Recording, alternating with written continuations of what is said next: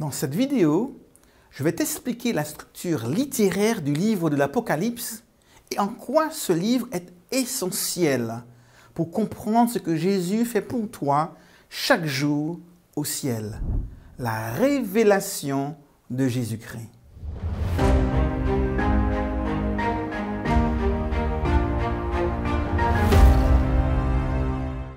Salut, moi c'est Jean-Jacques. Bienvenue sur Adventiste FFN, la chaîne qui t'aide à te connecter à Jésus-Christ. Si c'est la première fois que tu nous regardes, n'oublie pas de cliquer sur le bouton pour t'abonner afin de ne rater aucune de nos vidéos. Tu peux trouver des informations supplémentaires dans la description ci-dessous. C'est parti!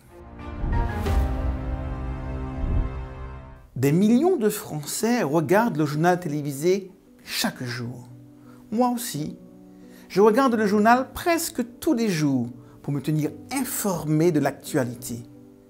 En une seule demi-heure de journal, il nous est proposé des dizaines de reportages qui nous emmènent au Parlement, dans une salle de concert, dans la rue, à la campagne ou sur un terrain de football.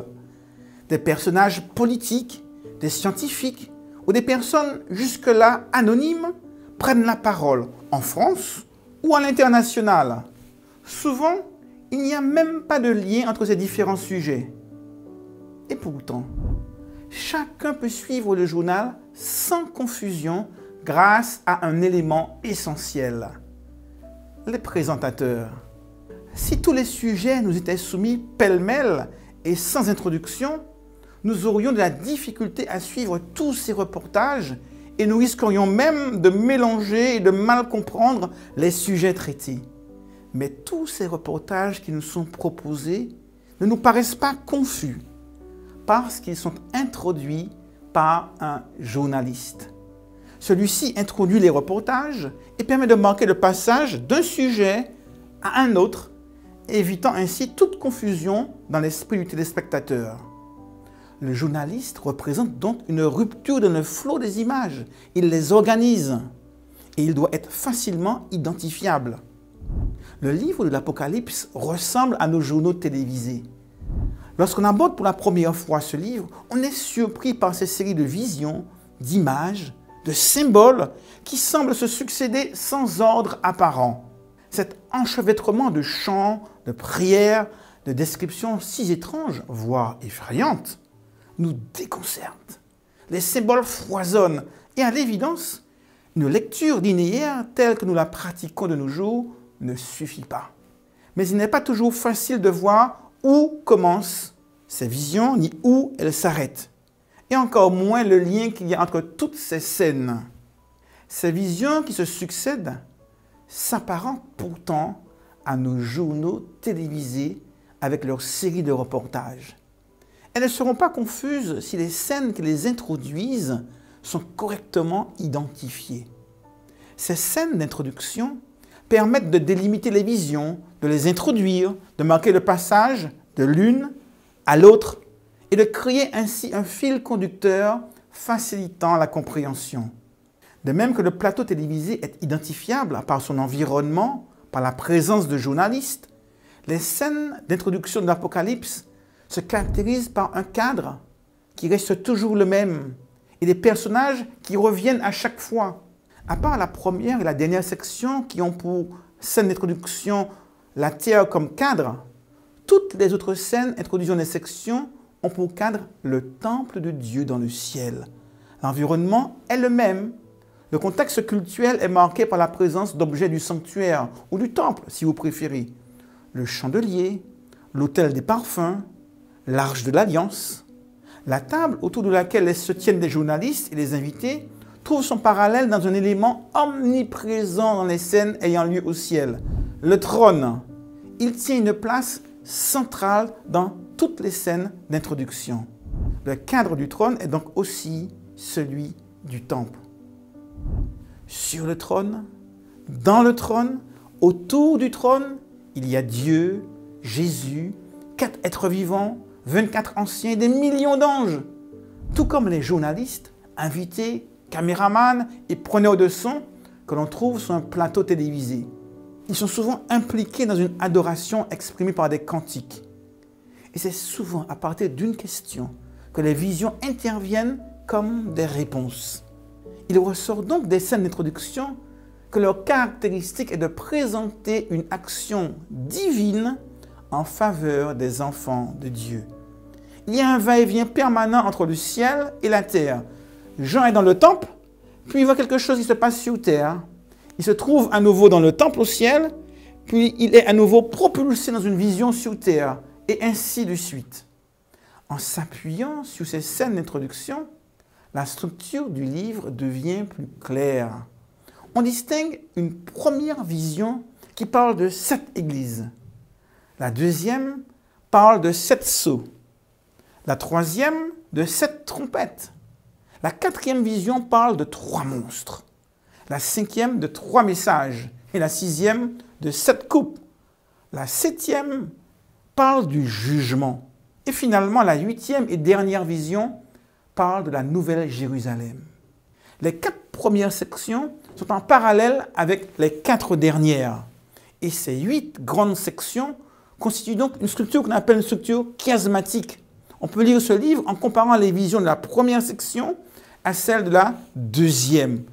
Tout comme un texte qui présente un parallélisme, le deuxième élément éclaire la compréhension du premier en se tenant dans un rapport parfois d'opposition ou de synonymie ou encore de complémentarité. La première vision nous parle de l'Église dans l'histoire, l'Église militante. Elle est en parallèle avec la dernière qui nous parle de l'Église triomphante.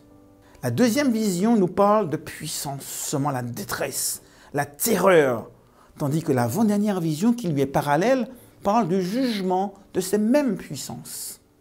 La troisième section fait référence à des désastres touchant la terre, la mer, les sources d'eau, le ciel et les hommes. La sixième section qui lui est parallèle mentionne les mêmes éléments. Mais la destruction, cette fois-ci, est totale. La quatrième vision nous parle de 3 monstres, tandis que la cinquième vision qui lui est parallèle proclame 3 messages pour nous mettre en garde contre la séduction de ces monstres. Les 4 premières sections se situent dans l'histoire, depuis le début du christianisme jusqu'au second retour de Jésus. Les 4 dernières sections, elles se situent à la fin de l'histoire de ce monde. C'est la série eschatologique. Ces 8 grandes sections sont toutes introduites par des scènes révélant ce que Jésus fait pour nous. La première et la dernière se passent sur terre, alors que toutes les autres ont pour cadre le temple de Dieu dans le ciel. Il y a donc un mouvement de la terre au ciel, puis sur la nouvelle terre.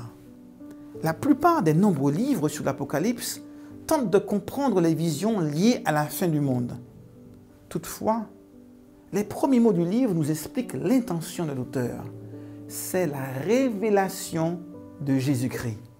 J'ai donc choisi de me focaliser essentiellement sur les visions qui nous parlent de l'action du Christ dans le ciel en notre faveur.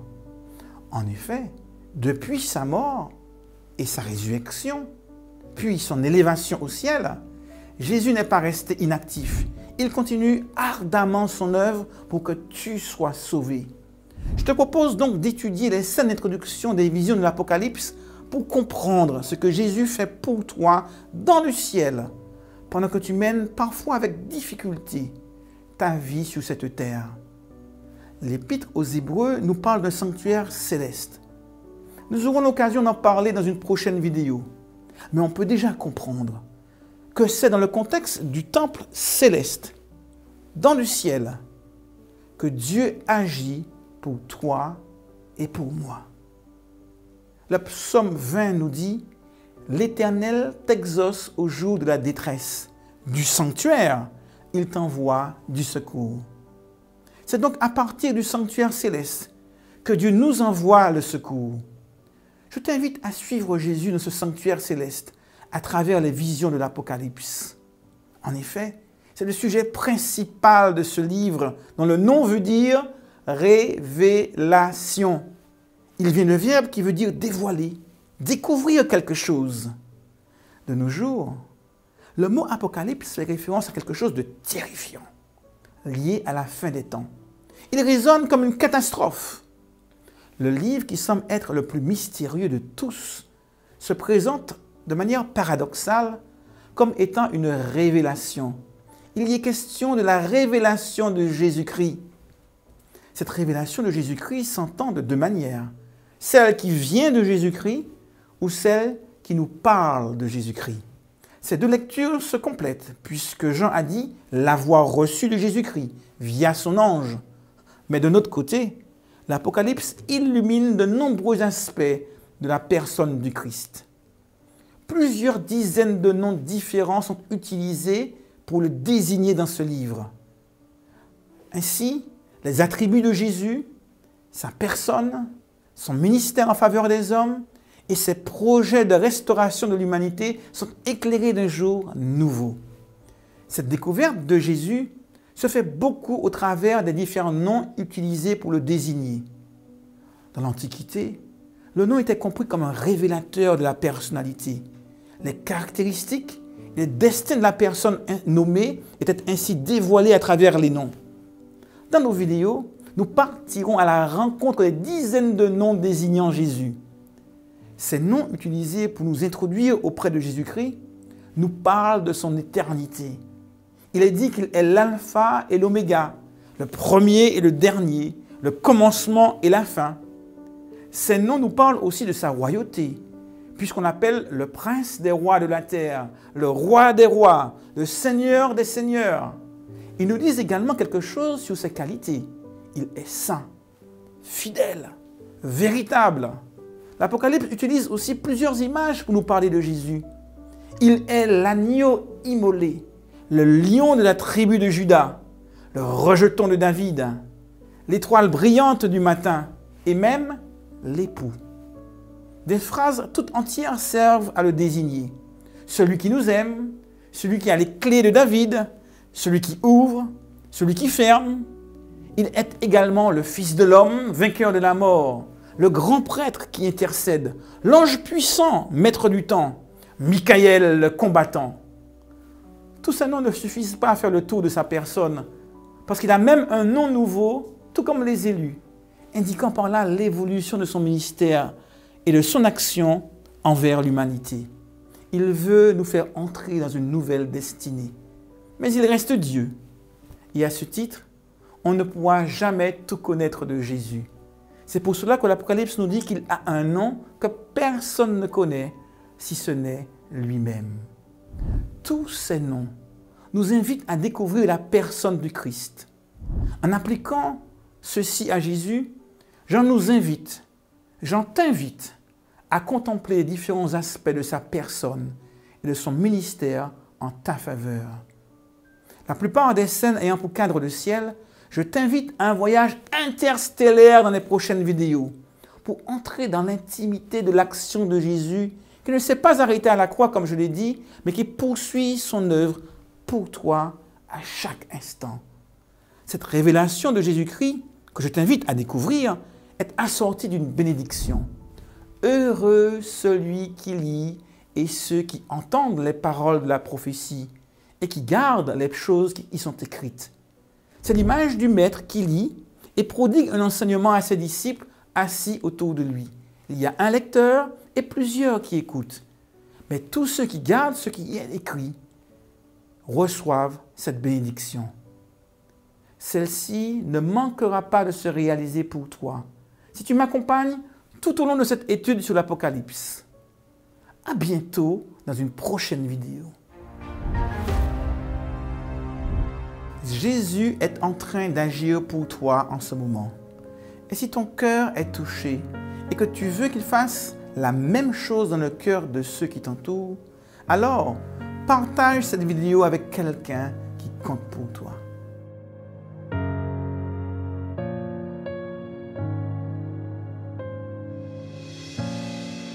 En plein cœur de la nuit, lorsque vient le conflit, tu me donnes ta paix. Même ami le contraint.